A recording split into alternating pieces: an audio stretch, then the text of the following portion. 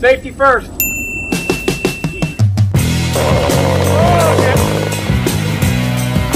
Oh no! No! Oh no! Oh no! Oh Jesus!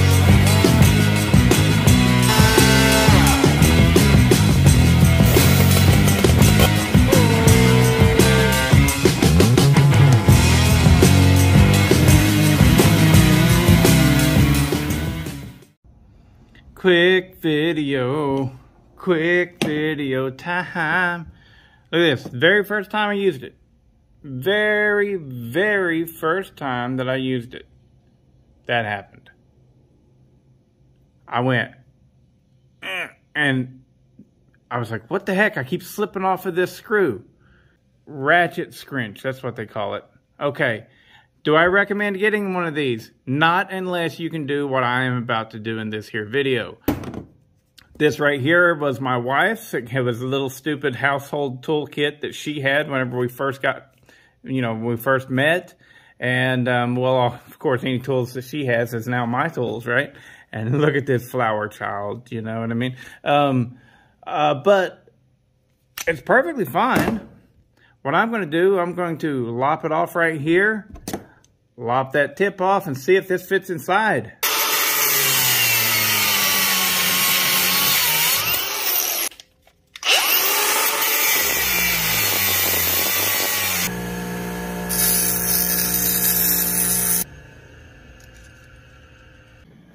Okay, so we got this set up. That is too loose, it's sloppy. I mean, sure, I could weld it like that and just have a crooked end on it. That's no problem, I could do that. But this is a 40,000th shim that I have already twisted up, and I can shove in there, and I can shove this down with it, and that is going to help, okay? It ain't gonna fix everything, but it's gonna help me to keep this centered up. I could put more shims in there if I wanted to, but this is probably gonna be good enough. I'm gonna go ahead and I'm gonna start tacking that together now.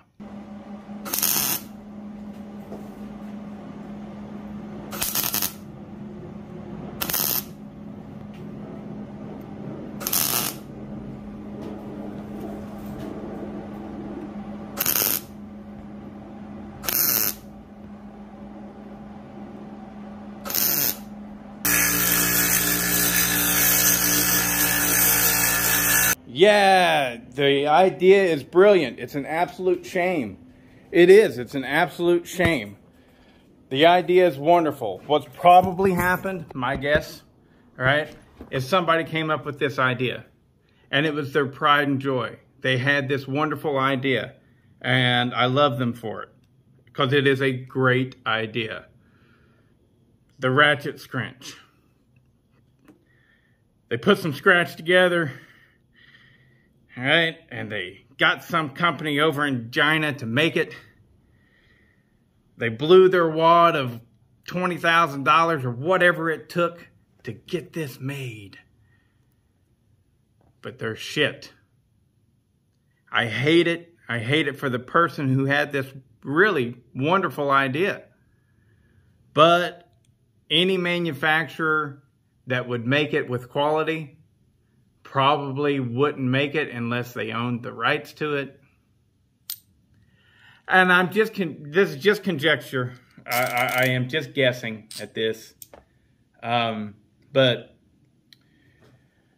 now I have a useful tool. But I had to be able to weld an actual decent screwdriver tip on the end of it. So now I think I paid $9.95, maybe $19.95 for this. The idea is brilliant, but the follow through was with a Chinese manufacturing company that uses really soft metal. And if that tip goes bad, I can put another one in there. So we're good.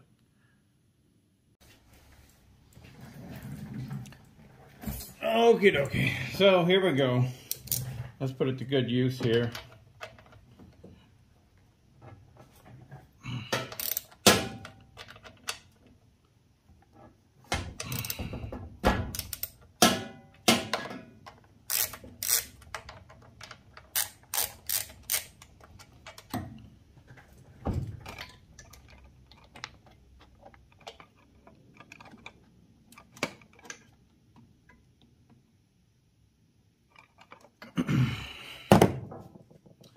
Alright, so this bar and chain, if you follow the channel, you know that I offered it up for sale.